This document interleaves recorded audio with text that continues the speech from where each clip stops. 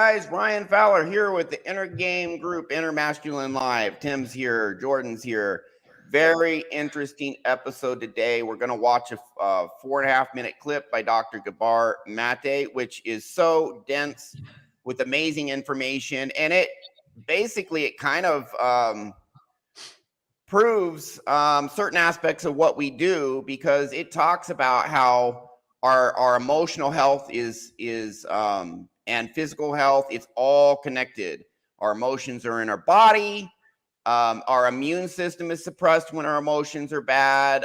We have inflammation, stress. It can cause disease, all of that. But it also talks about a lot of emotions and behaviors the nice guy has that really screws things up for people doing the whole nice guy thing. And he talks about how a lot of these nice guys, now he doesn't call it nice guy behaviors, but that's exactly what it is. How not enforcing boundaries, people pleasing, suppressing anger, all of that, in the long run, it can really screw up your health. Negative emotions affect health. Physical health affects emotions. It talks about we talk about your second brain in your gut. There's another brain called the floating brain. It's your immune system. So really, really interesting stuff today. This is going to be awesome. And it just shows the failings of, modern, the mental health industry. They're so reductive. They're so focused on just one part of the brain, which is just such a freaking huge mistake. I mean, I just constantly smack my forehead, and that's why it's just like, come on, guys, get it, And that's why they struggle and we don't. That's why we're so effective, because our philosophy is based on a much more holistic. We work on your conscious, work on your subconscious. Where are the feelings in your body? Releasing trapped emotions, trauma from the body, etc. So very interesting today. But before we go into that, Tim and then Jordan, introduce yourselves. Hi, I'm Tim with clearthattrauma.com. I'll entertain you later with the grand piano behind me over here in just a few minutes. But right today, we're going to talk about this topic Ryan was covering. All of us can help you reframe your game. We'll probably talk a little bit about that later on. We'll have definitely a lot of time, but it's key, and we'll dive into it now, but this is going to be pretty exciting. Go ahead, Jordan. I'm Jordan Kurtz with Jordan Kurtz Hypnosis. Go show me some love. Follow me on Twitter, trying to expand that. I do daily posts, trying to expand my social media. I'm not following you. I'm going to follow you after. Me either. Yeah, you got to follow me. I've only had you got 2 new followers, Jordan. All right. I've only had it for a week and a half, so to be fair. So that's what I get going on. I do all the hypnosis that these guys do too. Yeah. All right. Very good. And also I'm Ryan Fowler, innermasculine.com. You know what? I got a 9-minute video that I did with copyrighted music, so I can't put it on YouTube. I'm going to fix it with royalty-free music. P-Dubs, my man, how's it going? He likes all my videos. I appreciate you, P-Dubs. I'm gonna put royalty-free music on it, and I'll post it this upcoming week. The video is freaking awesome. It has just 10 testimonials compiled together. It shows you what we do. Now you can go right now to the video section of my YouTube channel. You can see 18, 19 testimonials up. I got another 10 or 12 to put up. I just haven't. But you'll see how powerful what we do. You'll see the power of it. Well, I have them 10 compressed in one video. I'll release it during the live show next week. It's amazing. You guys are going to see, for those of you who just want to see it all in one video, you're going to see how amazing this is. We are at the cutting edge. I don't care what anyone says. We're at the cutting edge. We got the receipts to prove it. And this is going to be a great video that really, it's not talking about hypnosis, but it's talking about a lot of concepts that are important to this. And if you want to learn more about our subconscious mind, how it works, how it influences us, you can Google it. What % of our decisions are affected by our subconscious? Just Google it right now if you want. It's going to come up at 90 or 95%. If you don't understand your subconscious mind, which controls 90 to 95% of your behavior, you can do all the self-help books in the world, but if that part of you is not in good shape, it's going to be difficult. You're going to be stuck. So the ebook explains it all. It's a 1-hour read. You're going to have all the fundamentals, how your subconscious mind works, what a subconscious belief is, how it affects you as an adult, how it formed, what anxiety is, what self-sabotage is, why are all these things, procrastination, why are you stuck, why are you held back, talks about anger, feeling not good enough, the 5 types of subconscious trauma. Is going to give it all to you, and guess what? It's free. intermaxing.com/free-ebook. Get it, and it will give you really good. My good friend Harambe here. Hi, Harambe. So with that said, we're going to move into this video clip. Extremely interesting, and there's so much here. Even at 4.5 minutes, it's going to fill the whole show. Jordan, do you want to set this up at all? Anything above and beyond what I said? Or I kind of already had a mouthful, but anything to add before we dive in? Or do you think we should just dive in? Yeah, we can dive in. Okay, so Dr. Gabor Mate, I think he's retired now, but he is like one of the leaders in addiction recovery, just a medical doctor. And man, his stuff, he's had TED Talks, and I think we've covered something of his We before. have. He's on the money. We've done He's one on the money and right next to the solution. Yeah. Hey, And Brent. his stuff is great, and he's a leader. He is a world leader. Yeah. Brent Caldwell, welcome to the show. Nigel, good to see you. And so we'll just play this, and I'll probably pause and comment. We'll see how much we pause, because this is so dense and so interesting. Here we go. When I looked at the kind of people that would be coming under my care in palliative care, but also the kind of people who would get sick when I was in family practice, a number of salient characteristics presented themselves. One was the repression of anger. People didn't know how to express negative emotion. They were afraid to do so. Nice guy, number 1, trait number 1. We'll come back. People were pleasers. They tried Nice guy, trait number 2. to always not to disappoint other people. They never knew how to say no. Nice guy, trait number 3, no boundaries. They took on everything without a murmur because they saw their role as always being the caregivers and the caretakers. Nice trait, guy, trait number 4. He's just laying it out. That's why we're talking about this today. And they had an exceedingly powerful sense of duty, role, and responsibility. Nice guy, trait number 5. If you look at the role of healthy assertion, anger, for example, it's actually there to protect you. I'm talking about healthy anger. It's not there to attack anybody. It's just there to protect your boundaries. Yep. That's the same role as the immune system have. I think that's the same girl getting rejected who rejected that dude. That's how it goes. The immune system also functions like a brain. It has memory, it has reactive capacity, and it has learning capacity. In fact, the immune system has been called the floating brain, and it's an interaction with the brain up in our heads. Women, for example. The more you study, the more you'll see this. We have a second brain in our gut. It affects our mood in our brain.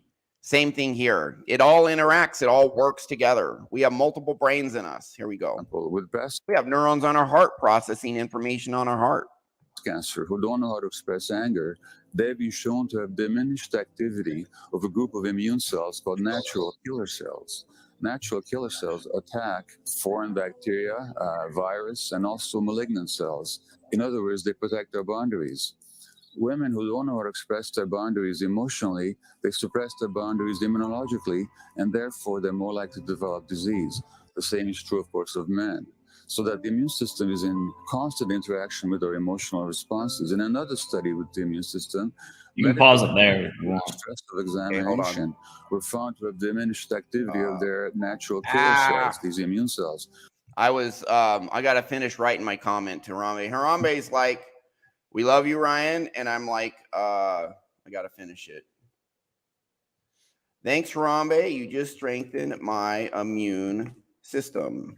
There you go. Boom. Come on, enter. I mean, so just for context, this guy's a doctor saying this stuff. Addiction recovery specialist. Yeah, trauma recovery. And he notices in his patients that like emotional boundaries between people correspond to the boundaries we literally have in our immune system. Yeah. That's not all connected. It doesn't blow your mind like that. That's significant. I mean, You suppress your emotions, you suppress your immune system. It's all connected. You can't. So, Yeah. Sorry, good, Jordan. Well, the point is they're linked. You can't really suppress it because it shows up somewhere else. You know, the body keeps the score, or the body doesn't lie. That's the mechanism he's describing. Yeah, So I've seen. Go ahead, Tim. Dr. Gabor Mate has spent a number of years in palliative care.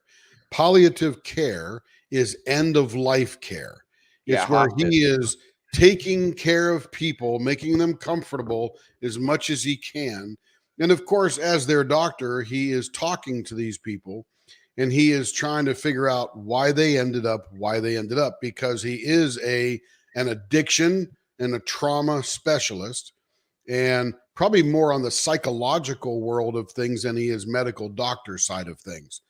Yeah. And he is now understanding that a lot of these people, and not every single one of them, because the world is pretty complex, but a lot of these people have all of these things that he's mentioning. And we're going to find out as we border into this today and delve into this subject that a lot of these things are caused, these what do you call it? These actions, all these things that Ryan was ticking off at the beginning. There's number 1, there's number 2, there's number 3.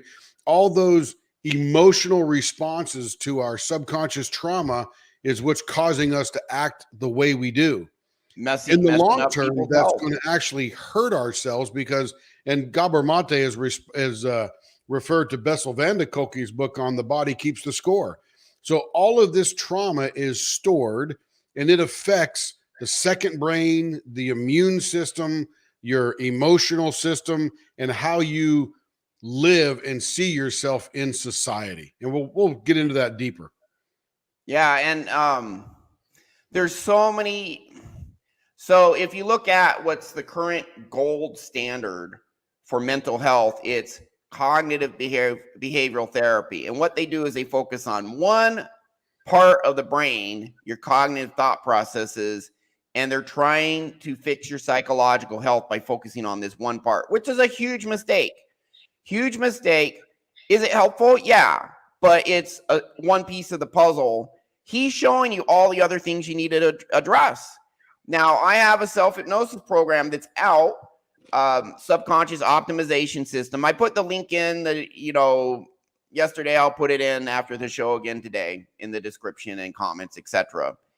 And number 1, we focus on the subconscious mind, but it talks about finding your mentor, finding your tribe, positive self-talk, life gamification, which is dopamine optimization, and health, gratitude, diet, because all those things are important. They all contribute. Honestly, number 1 to your emotional health is getting a strong subconscious. That's just how it is. That's the number 1 thing. But for some people it might be gut health, but overall the number 1 thing is subconscious, but all this other stuff matters.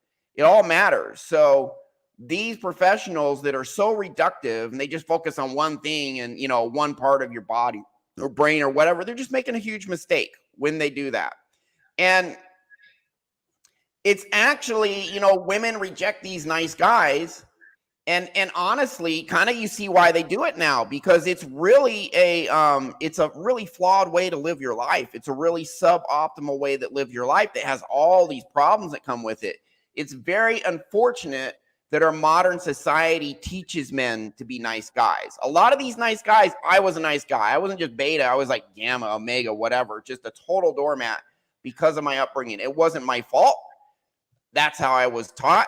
That's how society teaches a lot of guys. So if you have this nice guy syndrome, you shouldn't be ashamed of it. That's the environment we grew up in and we're taught. That's society's fault. That's society's mistake. But no one's going to fix it but you. And you do have the power to fix it. And when you fix it, the solution to fixing it, have some boundaries. So when women shit test men, they're kind of poking at our boundaries to see, are you going to enforce these boundaries? Or am I going to trigger some insecurities in you? And if you have a strong, healthy inner world, you're going to enforce those boundaries. You can say, no, I'm not going to do that. They try and trigger insecurities. You're so strong, you just ignore it or laugh it off. You don't care. Or you just enforce your boundaries. No, I'm not going to do that. You know, I am going to take the lead. I am going to control frame, because I don't care what anyone says. In a relationship, when women want a strong man. That's the number one thing they want. They want a strong, successful man, because that is how we have evolved.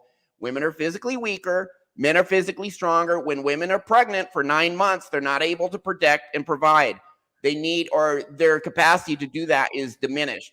They need a man there to provide protection, to provide resources, to help take care of the children, all those things. So the number one thing women want is a strong, successful man. They also want a kind man, but he's number two. Kindness is number two, because strength and access to resources facilitate survival more. So screw all this Mr. Nice Guy. You know, buy the book, No More Mr. Nice Guy. Great book. But isn't it interesting that science also aligns with this, saying, hey, this nice guy thing, suppressing your anger, be nice, you know, let people pleaser, all of that, it actually leads to just screwed up health. You know, it's, you know, men are meant to lead. We are meant to be the leaders. We're meant to be the strong ones. Stoicism has its place. I think stoicism can be very useful as long as you don't always suppress your emotions. You need to deal with them. But let's embrace who we are as men, which is we're leaders. We're not people pleasers. And we express our anger in healthy ways. We don't suppress our anger. We let it out, you know, and then we move on with our lives. We process it, you know, all of that. So we'll keep going. You guys have anything to add before I move on? Yeah, I can add one thing. I hear my voice in the background. You sound good to us. Okay. So, oh shit, I lost my train of thought. Can't help you there. Yes, you're screwed. Okay, I was talking about, so the doctor noticed these, he wasn't looking for this correlation. This is after seeing a lot of patients, and he noticed, look, this Notice the pattern.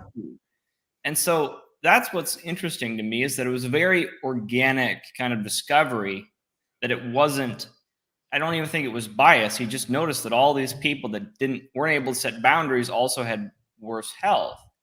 And so it's not that it's not that you always have to say no, or you always have to say yes. It's you make decisions that align with kind of your values. And if you say yes to someone in a decision that doesn't match with the values you hold, then you are, in a sense, rejecting yourself and rejecting your own boundaries. And that's where that cognitive dissonance starts to happen, because people don't feel like it can be multiple things. They might not feel worthy to say, like, I'm not good enough to say no to this person. I have to say yes because they're right and I'm wrong. And that, as a kid, I have to do what mom and dad say. I have to do what the teachers say. I can't do myself. You know, a lot of families and societal upbringing has taught guys that. Put yourself last, put the woman first. Put the woman on a pedestal, put yourself last, please her, you know, treat her like a princess and ignore what you want. Screw that, to hell with that. And to be clear, it's not the fact that you say yes or no. It's the fact that you make a decision which isn't aligned with who you are, who you would like to be, or your own values. And so that's where the biological issues start to come with, because you are, in a sense, rejecting yourself. And that creates inner conflict and stress and inflammation and disease. Right. And if you have anger and you suppress it, it creates the same effect. So let's jump into why, you know, a lot of those things that Ryan ticked off in the beginning that Gabor was saying has a lot to do with that looking outside yourself for validation. In other words, in order for you to feel good enough about yourself, which is essentially the very first thing that we develop about ourselves as we're growing up, is that we're adequate, we're good enough, we're able to do what we need to do. If you never get that solid foundational understanding about yourself in your subconscious, and that program is running, telling you how to operate in the world, then you will look outside yourself for somebody to tell you that you're good enough. That's the people pleasing. That's the never saying no. That's not having that frame. So if you don't have that solid inner game of subconscious foundational information inside your head that Jordan refers to as yourself, then you don't know who you are, and you have no frame with which to operate. So the question is, why would some young kid turn out to be a thug? Well, number one, he grew up in a home potentially without a father or without a mother or foster home or something to that effect, absent of a mom and dad who are healthy, good individuals. Yeah, they're dysfunctional. And then as he develops, he's going to run into other people that will now start providing that validation that he is good enough, even though he knows he's not deep down inside. And then they will ask him to do things that he probably, if he had a good frame, wouldn't do. And then he ends up in this, or she ends up in this terrible life, either as a whore in Vegas or as a gangster member in a neighborhood, terrorizing people because that's what people want him to do. The gang is the family. That he's good enough. So Gabor talks about all of those things right off the bat that Ryan pointed out. If you don't have a good, solid subconscious foundation, you will do things that don't react with who you really are, like Jordan said. So it's important that we have, and again, in palliative care, in cancer care, in emergency trauma, all that kind of stuff, all these things are out there to fix a symptom of what's going on. Now, if a person shows up at the ER and they're bleeding, they're going to look for a hole where blood is coming out, and they're going to fix that.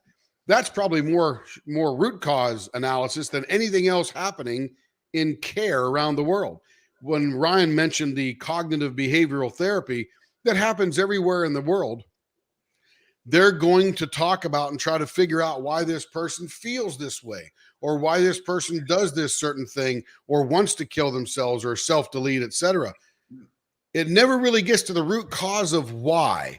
In fact, they're looking at the cognitive thought process. Here, we're going to learn that he talks a lot about the things that we're seeing, but never really gets to the root cause, even though he says, go to your care provider and ask them why you're feeling that way.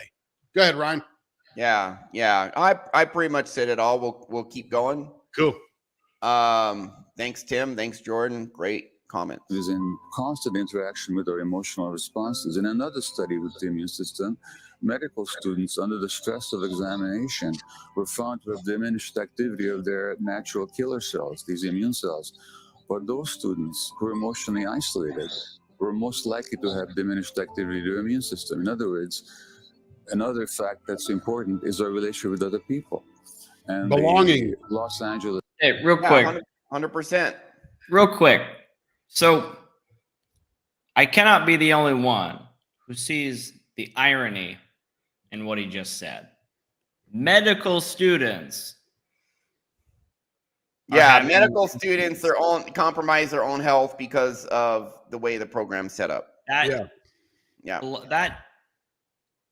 don't like. Did they not see the hypocrisy? They're putting that the medical schools they intentionally put their students through unhealthy. They force them to adopt unhealthy studying practices to become healthcare practitioners. I don't know if that's the system or it's the student. I honestly think. Go ahead. I think it's a system because my brother is in med school right now, and I see the amount of time and just the amount of time he has to put in. It is, and all the students are doing that. Yeah, they all have to do it. That's the norm. That they're constantly pushing themselves beyond, and they should know this. This is what frustrates me about modern medicine, about the whole medical school system, is that they encourage their students to behave unhealthily, and then they say you're responsible for other people's health, just not your own. How that is Sacrifice your own health to become a doctor. And I'm not the only one who's addressed this. I know this is a common issue, but come on. Not to mention the whole life stress of paying back your student loan. Yeah, $500,000. That too. Yeah. So, by the way, dentists have the highest suicide rate of any profession. I think there's another one that's really close. They swap first place, and it's like 1 in 8 it's like 1 out of 11 dentists commit suicide. It's like insane. It's just pretty like high. Yeah, or I think it's 1 out of 11 for men, and it's a little lower for women. And again, but anyways, it's not the dentistry practice; it's the individual in that practice. Yeah. Because it's not what they thought it was. One of the things that most doctors, lawyers, dentists, they finally figure out, they're just a mechanic. Yeah. Now, mechanics are important. They keep your car going. They keep your appliances going, all that kind of stuff. But they have more variety than most doctors do. Yeah. So my personal feelings, one of the things I tell people is there's no greatness without adversity. Oh, by the way, the state of Texas passed a law that limits the amount of time residents and interns who just graduated medical school can work to 80 hours a week. Yeah. Because the norm used to be closer to 100, that they're 100 hours a week. Out of 168 hours, you're working 100 hours a week. 80 is That's a lot. The norm. So the state of Texas passed a law limiting it to 80, which is still an insane amount. Yeah. Part of me disagrees. I do think, however, what's that, Jordan? Well, I was gonna say the libertarian in me wish they didn't have to pass that law. I wish they would just do no it. Doubt. No doubt. Well, and I personally think there are times, and there is a time and place for adversity, absolutely, and sometimes it just comes. But what's really important is if they're gonna put their students through this centrifuge of adversity, or this crucible rather, that they need to teach them coping skills. They just flat out need to teach them coping skills. I do kind of understand why they make it hard, so that substandard people who don't have a certain level of competence won't get through, to weed them out, because doctors have the lives of others in their hands. But still, you got to teach them coping skills 100%. And yeah, I think it has become too extreme. I do think it has become too extreme. Let's talk about who becomes a doctor, right? If we're talking about this world here, I have a friend, and this is stereotypical and not the norm, but it probably is a large percentage. As you're growing up, you're taught that doctors, lawyers, and airplane pilots are the people we all want to be. Up to them. Yeah. So there's a tremendous pressure from early on for some people to feel that becoming a doctor would give them the validation they need to be whole.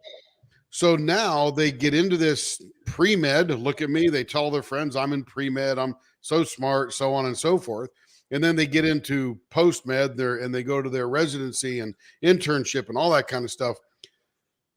All the while, I'll bet you they're thinking along the way, when do I get to feel 100% good enough? Yeah, when do it never comes from external sources. And now they're temporary at best. Yeah, they're stuck in this grist mill of a profession that ekes every ounce out of them. So my friend from high school became a doctor. He's a smart guy. And I found out later that he did not have a good upbringing. He had a pretty tragic upbringing, even though while we were in high school together, he looked like the guy that had it all together because he was really good at putting on that face. And he hates his life now. He hates medical care, but he's stuck. He didn't learn anything else. So he is never going to get his validation. It's never going to come for him because it's not going to not externally. Right. I was going to say not from his work, but right. So they get stuck. So how many of those people, as you enter medical school, should sit down with one of us, do a dive to the 5, figure out what's going on, clear that out, and then working 80 hours a week might actually be reduced to 60 and be just as effective. Yeah, 100%. Absolutely. And you know what? My ebook actually talks about what you guys are specifically talking about. If you get my ebook, no Yep. charge. Get the ebook. Get the ebook. It's motivational archetype number 2. People If you're pursue afraid of Ryan, email me and I'll give you his ebook. All right, there you go. You don't even have to talk to me. Just go to my website, That's put in right. your email, you'll get it. So motivational archetype number 2 is people feel not good enough, but they feel that they can achieve great things, but that they're intrinsically not good enough. And they say, you know what? If I achieve these great things, then I'll be good enough. Then everyone will love me.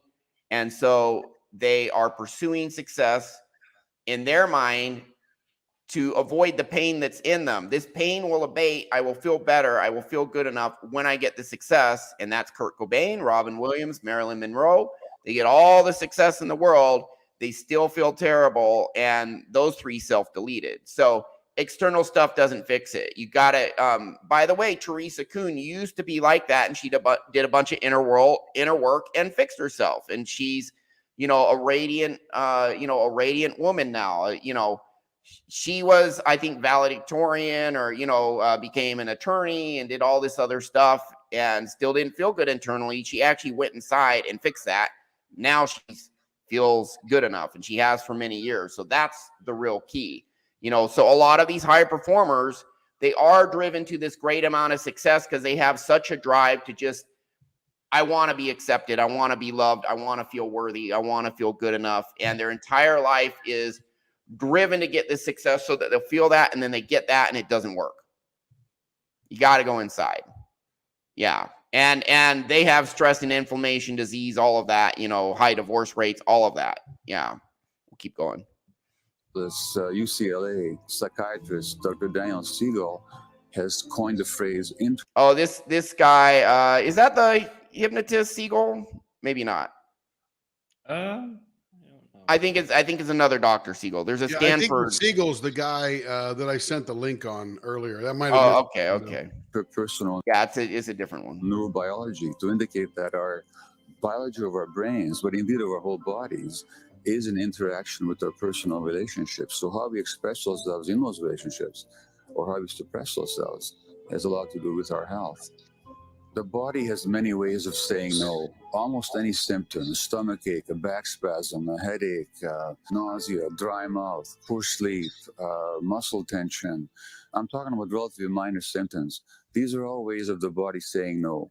As of course, the more severe conditions like psoriasis or ulcerative colitis, all the ones that I've already mentioned, these are all ways of the body saying no. We need to, first of all, to say and pay attention to what the body's saying to us. So if we have a symptom, don't just go to the doctor and say, take this symptom away from me. Yeah, ask for help, but also explore what the body's saying no to. Right there. That's the thing that he says, that they don't get to the root. Well, and they don't always know. Like, I think this is part of the reason we have the show, is to show people that anyway, it works. The point is, like, I don't think people are even aware of the fact that the body will have these physical reactions to this cognitive issues that they're facing. And so if you've never been introduced to the idea that those are connected, then it might make sense to just take a painkiller, try and take some other numb drug. It out. Don't fix it. Numb it out. But cover pain with pleasure. That's also I don't think it's being done necessarily maliciously. I think it's being done out of, you just have never been introduced to this idea. Now the doctors should have the responsibility of asking the right questions. And then, if something's wrong in your chest, and like something's legit, like you got a tumor and your chest hurts, and you go and, oh, you're just stressed. Well, no, you got okay, there's something there.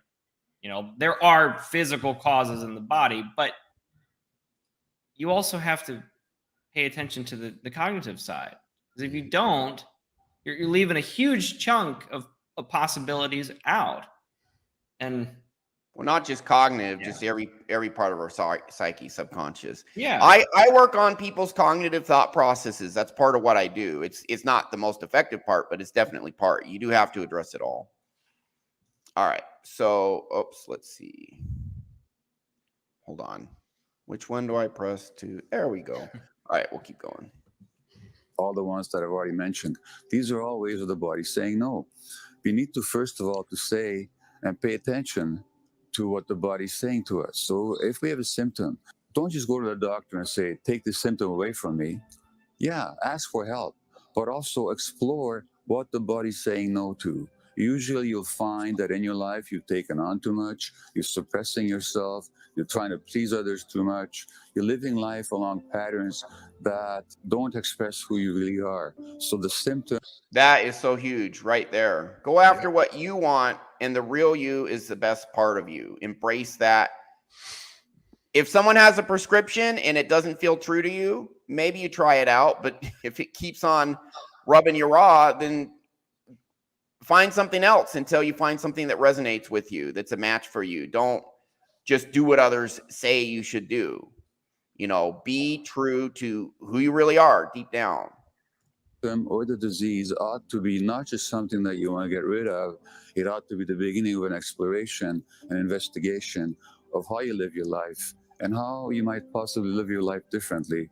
And it's okay to explore. That's fine. Try stuff out. But if it just keeps on not resonating with you, you're not happy, then find and go after what does make you happy.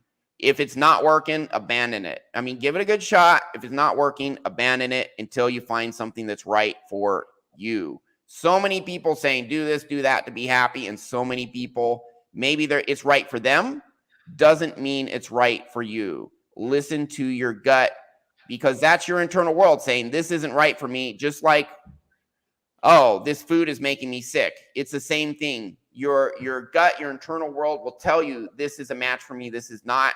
And there's some universal truths that are true for everyone.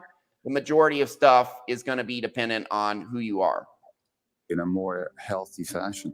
But if I look at the profession as a whole, we're doing a dismal job. And we're spending billions of dollars on researchers and cancer and so on.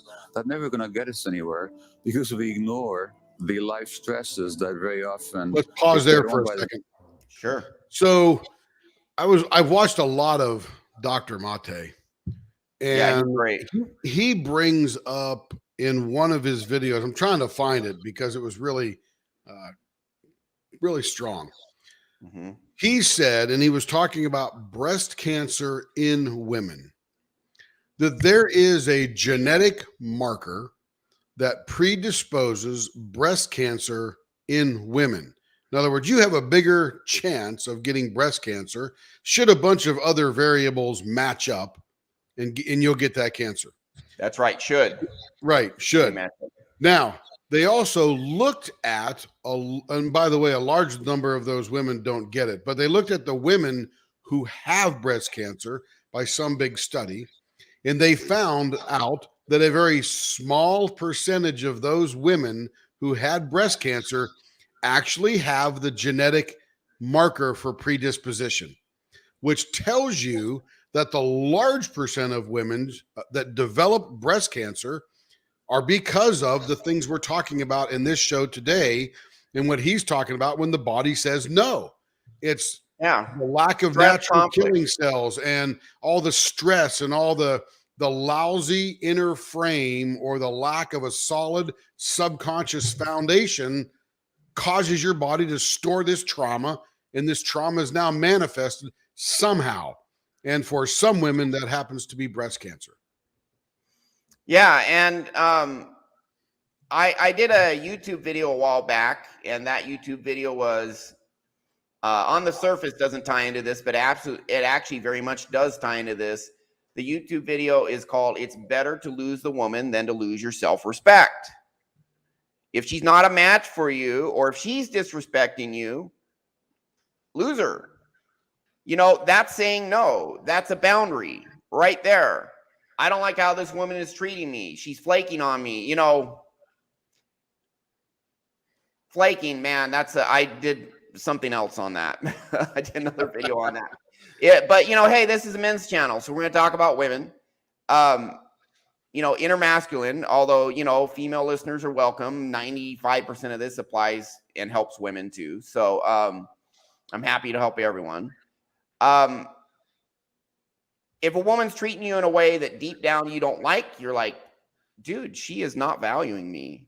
She's treating me like I'm disposable. She's finessing me. She's using me, whatever. And honestly, the majority, there are women who don't do this, who do treat people respectfully. They are a minority, just straight up. They're minority.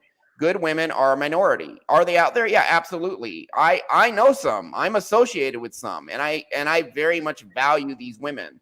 But maybe the majority of people, I don't know, but in a dating context, majority of women don't value, the men that they're dating. They are users. They are manipulative. If your gut's telling you that, get rid of her. Just say no. Enforce your boundaries. Don't be a Mr. Nice Guy.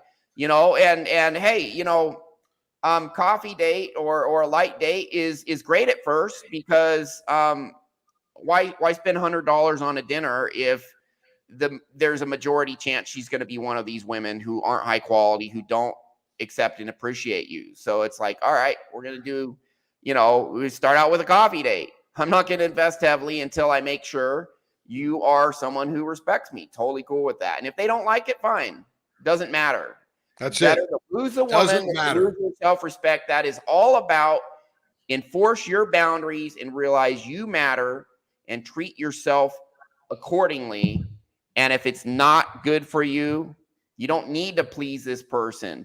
I've had very, very, very, especially now in Latin America, because, my sexual market value is higher here. A foreigner who makes way more money than the locals has higher market value in the dating market. And so I've had very attractive women I was dating early on, and they were toxic. There's toxic women everywhere. I said no. And I'm like, oh, dang, that girl was so gorgeous. I don't think I'm going to find another girl like her, at least that gorgeous. And because, this girl I'm thinking about, just super, super, super good looking. But it's like, you know what? She's toxic. She's no good for me. I let her go. And guess what? I found nice girls who are actually just as cute, And it's like, what happens? I've had friends in the past who were negative, who weren't respectful to me. I cut them loose. And then I found the best friends. When you stop seeking validation, when you stop people pleasing, when you have in your internal world, when you believe in your internal world, I am enough as I am. I have massive value just for who I am. What I want matters. Who I am matters. What I believe and think and feel, even if not all my thoughts are correct. Well, welcome to the human race. We're all flawed. But if you believe that you are worth something at a deep subconscious level, then anyone who doesn't treat you like you're worth something too, it's going to feel weird. It's going to feel off. You won't want it. You'll get rid of that person. And then along comes good people. And you're like, this is a match for me. This feels good. You keep those friends. And guess what? Because your internal world's good, you're treating them well too. You don't need to manipulate. You don't need to use, all these underhanded, nice guy, covert contract stuff that other people don't like. You don't need that. And so you're just a good match. And then you have great friendships and you have great relationships and you find the best people. You're a match for each other. It's great. Kim, Jordan, all the other people I have as friends are great human beings. They treat me with respect. They treat me well. I treat them well. And it's just great. You fix your internal world. And this is what happens because you have these boundaries. And this applies to every area of your life. He's talking about health. The same concepts apply. It's all connected. So we'll keep going unless you guys want to. Yeah. So Nigel's got a question here. Have you guys heard of the Silva Ultra Mind System? You know what, Nigel? I heard of the Silva Mind Control in 1980. Yeah, it's came in the 60s or 70s. Yeah. And there's nothing wrong with it. But if you don't have a solid foundation of good subconscious programming, it pretty much doesn't help. Yeah, the Silva method is about getting your subconscious beliefs a certain way. Mm-hmm. But it's my opinion is it's an old methodology, and there are better methods out there that do a much better job of fixing your subconscious. So maybe if you want to do the Silva method after you fix your core, Bingo. hey, that's fine. Do that. But I think if you really look into it, if you already fix your core, you'll probably say, oh, the Silva method, it's good. It has some things to offer, but there's better stuff out there. It's it has something to offer. It has benefit, but there's even more beneficial technologies out now. Nothing wrong with it. Theirs just happens to be better. There's better stuff out there now. Yep. Yeah. So, but it's good. It has a lot to offer. I was going to bring up, there's a little contradiction I want to clarify. So I was talking about when we say no, we're really rejecting ourselves. But if your subconscious mind doesn't believe you're worthy, it's this thing where it's like you have to clear that program, but I'm trying to find the words for it. Can I help you out? Sure. It's hard to stand up for yourself when you feel and believe deep down you're not worth standing up for. That's the problem with the nice guys. That's why they people please. That's why they suppress their anger, because they're deep down, they believe I don't have much value. What I feel and believe and think doesn't really matter.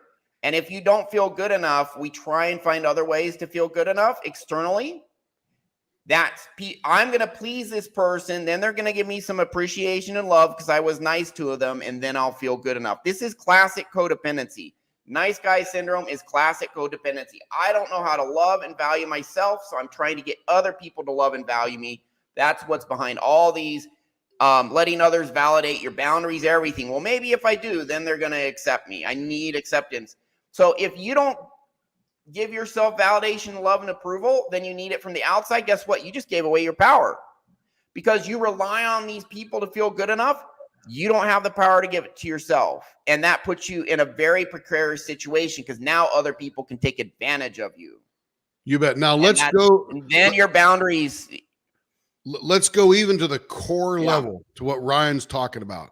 If you get his free ebook, you will read in that ebook that there are 5 types of subconscious trauma that most all trauma that we suffer will fit into. So you need to develop a frame with which you operate.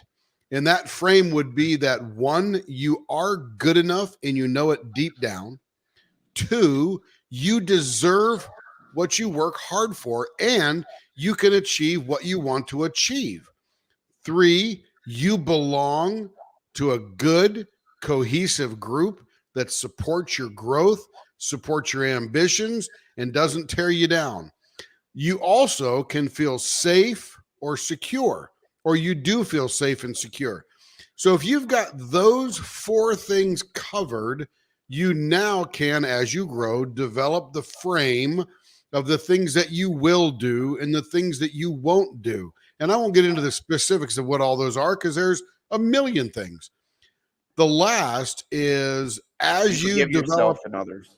Yeah, as you don't develop this good frame along the way, the things Jordan's talking about is you will develop anger, rage, resentment, and that will be trapped within because the world tells you, oh, deal with it, figure it out, all that kind of stuff.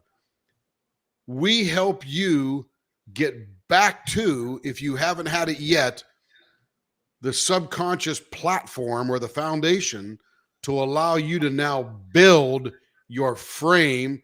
And, when Ryan's talking about there was really a hot girl that he dated, but she was toxic. Generally, you'll quickly recognize that over a coffee rather than $100 dinner. So like Ryan's talking about the investment not getting too and big. I made a mistake. I did take her to $100 dinner. That was my mistake. You learned. But then after that, I cut her loose. Yeah. And I'm like, man, this girl's so hot. I don't think I would get date with a girl this hot again. Like for me, she was a 10. Right now, And I found a better one who just as attractive, treated me much, much better. what will happen over time as you get a good solid subconscious foundation, a good floor from which to build from and create that frame, you actually start not attracting those types of women who are toxic. And you will now start to recognize, and they'll be attracted to you because of your frame, the right woman, the woman who's going to grow old with you, the woman who's going to be there, barring any tragedies that may happen in typical life, for a long time, and support Yeah. you and be there to help you. And you'll be there to help her, because part of your frame is you actually have a desire to help people who truly deserve and need your help, not just anybody that comes along, but somebody that you support and love. Yeah. So I think Well I've gathered said. my thoughts together a little bit. Go ahead. So Go ahead, Go Jordan. for it.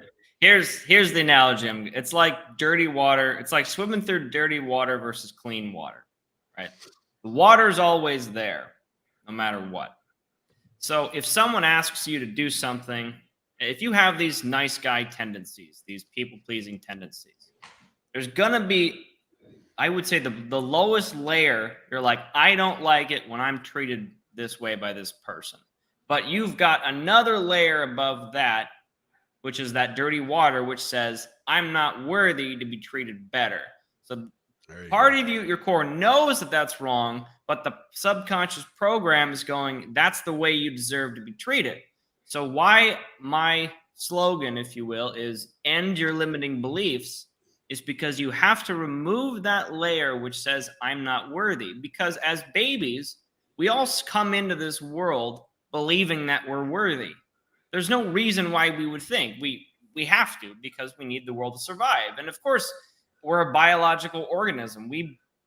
It's almost like God-given rights to a certain extent. It's this belief that we are worthy just as we are. We come out of the womb. We don't think about, are we worthy? We just are. We just have that. So it's the layering of the subconscious. So when somebody tells us, I want you to do something, and we know internally that's not right, but we still do it anyway because we don't think we're worthy of those thoughts, that's the layer we have to cut out, and that's what we can cut out with hypnosis. That actually is a core layer. Yeah, it is. Yeah. And we just have to, and that's why you go from swimming through dirty water to clean water. The water was always there. You just had to had to clean it. That's all right. I got it. I got it this time. So let's look at a perfect example of children. I don't know when this little nursery rhyme was developed, a long time ago, but we have developed a way to tell children that they're good enough when somebody calls them a name, because it triggers, right? Sticks and stones will hurt my bones, but names will never hurt me. And quite frankly, the names, if they begin early enough in your subconscious development, hurt you more than sticks and stones, because they will limit your life in many different ways, not only in health, but in achievement and all that kind of stuff. So we sometimes, way back when, we've developed a nursery rhyme and many others that help us overcome that lack of good subconscious programming. Names do hurt. Teasing does hurt. It's an ostracization, right? You don't belong to a group. So now you got to go find a group to belong to. So it does hurt. And the fear some people have, why people suppress, is because they're worried that if they really look inside of themselves, they might discover that they truly are not worthy. True that. That's why so many people, they are so afraid to look at what's inside, because they are worried that they might find out that they really are a piece of shit. They're really not worthy of being treated better. But you know what happens? Every time we work with clients, they figure out that they don't need to hold on to that belief anymore. That underneath, we all have that worthiness. And it's not something you can earn. There's nothing you have to do for it. It's just part of who you are. It's built into you, who you are. Exactly. That's right. Yeah, very good. All right, very good. Let's play the last little bit of this. Is there anything more in the video? I told you guys this was dense. There's just so much here. We're almost done. Oh, let's see. Hold on. We're holding. All right, there you go.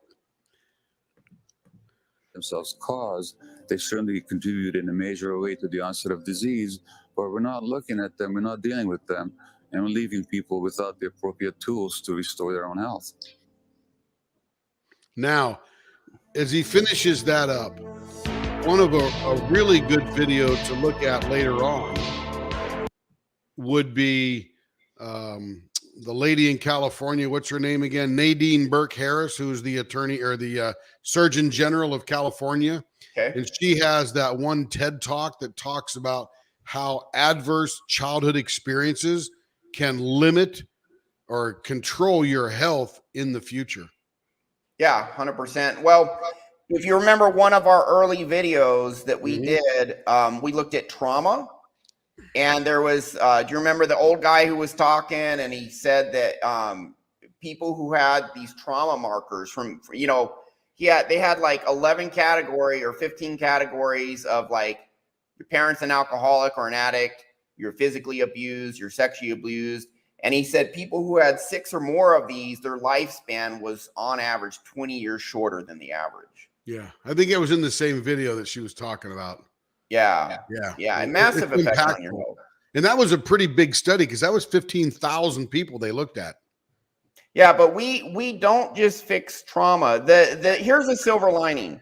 If you had a bad upbringing, or even if you think you had an okay upbringing, but you just don't feel good enough, if you really sit down and think about it, you're like, you know, I do have anger I'm not expressing. I am pissed off at the world. I don't really believe deep down I can be this very successful person. Deep down, I do feel I'm inadequate, just whatever. If you have that, here's a silver lining. That pain can propel you to look for a solution. When you find it, which is, I mean, we're a huge part of the solution, if not, you know, the center, what we do, not us. It's the best thing out there, in my opinion. There's other really good methodologies. You can look at EMDR, psychedelics. There's other stuff that helps too, absolutely. But that pain, for some people, will motivate them to find a solution. When they find a solution, you not only get rid of the bad, deep down beliefs and trauma, you replace it with the best beliefs, and then that gets you better than average. It doesn't take you back to average, back to normal. It takes you to the top. It takes your internal world to the top. You replace the bad beliefs with the best ones, and then you just kick ass. And I've had well over a dozen clients come back and they're like, oh, Ryan, you know, 6 months or a year or 2 years after you did your session, I doubled my income, or I tripled, or it went up 10x. And that's just one indicator of many of, you know, guys saying, oh my goodness, you know, I couldn't even get a date for 5 years and now I'm having all this success. It's just one of many things that happens. You fix your internal world, you can actually get your internal world way above average than what your normal person is, average person's dealing with. And then that will propel you to have a great life. But you actually don't need outward success to have outward success. For someone who's emotionally healthy is a manifestation of what's already in them. But it is, it's not, I got my internal world right, now I'm going to become a billionaire. It's, I got my internal world right, now I'm getting everything I want. Because many people, I don't want to be a billionaire. I don't want to work. You know, Tony Robbins talks about how he's working at 18-hour days. It's like, what the hell? I don't want to do that. You know, so it's about getting what you want, you know. What's key, Ryan, to what you're saying is that you get out of your own way to find joy. You get your limiting beliefs out of the way. Now, so nothing's holding you back now, and you feel good already. We talked about last week. Feel good. It's what happens when you do feel good. We talked last week about Tyler Gray. We reviewed that video between him and Sean Ryan. Yeah. And Tyler Gray finally understood why the guy who was tremendously confident and tremendously competent didn't really have a lot of material wealth, but he was happy. Yeah. And that's more important than achieving all that external validation stuff, which never fills you up. It's about getting what you want. Some people want to start a business and take it big and they find fulfillment in that. Go for that. Other people want to be a kindergarten teacher and be a really good and find fulfillment in that. amazing. Go for that. Other people, they just want to surf on the beach. Okay, if that's what you want, go for it. Now, you may go for it and find out, I got it, it's not what I really want. Well, you've learned something, and now you have a better idea what you really want, and then you go after that. But people, Ryan, we lost you. You're on a test pattern. Oh, darn it. Hold on. Can you guys still hear me? Oh yeah, we can hear you good. All right, I'll just switch to my webcam here. We're almost done, so I'll just come on. There we go. All right, that's my webcam. Backup's in. All right, so you just get what you want, but you have the happiness now. You hold frame now. You don't need a people please. You don't need anyone else's approval or validation because you give it to yourself and you already have it. And your stress is lower. Your health is better. Your anxiety's down. Like everything's better. And then if you want this outward success, you get it. But it's up to you. And your worth isn't defined by what you get outwardly. You know, it's up to you.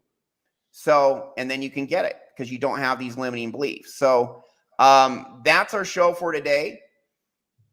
It's all connected. No more Mr. Nice Guy. You know, our body has these boundaries, things it says no to. I drank this. I feel terrible. Don't do it anymore. Same thing emotionally. Have these boundaries. But when you get this deep down worthiness, and I'm worth it, and someone should stand up for me because I do matter. What I want matter. People who repress their anger, they feel their anger is I shouldn't feel this way. I don't deserve to have anger. That's bad. That's wrong to be angry. It's like, no, you know, my internal world is good. It's not perfect. My internal world is very good. It's not perfect. It's very, very good. It's way above average. I still have anger sometimes. Actually, there was this one time I was like really frustrated at my camera equipment. I was like cussing at it, and like Tim and like Jordan heard it. And it's like, hey, I still get angry sometimes. You're never meant to not ever be angry again when your internal world's good. He talked about that in the video. He's like, listen, anger's protective. That's but right. You know, like when you guys saw me, you know, I angry, I was cussing at my camera. It's like I let it out. 2 minutes later, I was fine. You know, when you express your anger, when you do that, you let it out, you let it go. It doesn't stay in you. You're totally cool. And you keep moving forward. You forgive yourself, you forgive others. 100%. Right. And then, you know, you live a longer life, you're healthier, you know, it manifests in all other areas of your life, health, just whatever. But if you have a toxic inner world, you're going to be one of these guys in palliative care at age 65 or 75, you know, where, you know, saying goodbye to the world before your time because all your internal trauma then expressed itself physically because it is all connected. Yep. Absolutely. So that's all I had. Any final comments from you guys? I'm good, man. All right. So it's all how about you, Jordan? It's all about congruency.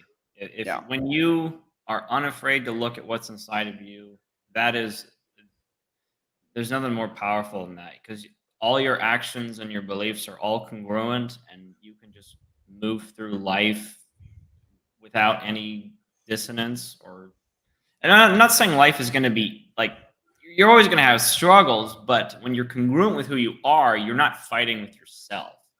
And if you're not, when you have your own subconscious mind on your side, it is a game changer. There's no greatness without adversity, but let's get it to where that adversity is external, but internally you're kicking ass. That's the best way to be. And then you have the strength to handle all this external adversity. All right. So you can get your internal world right. You can get what you want.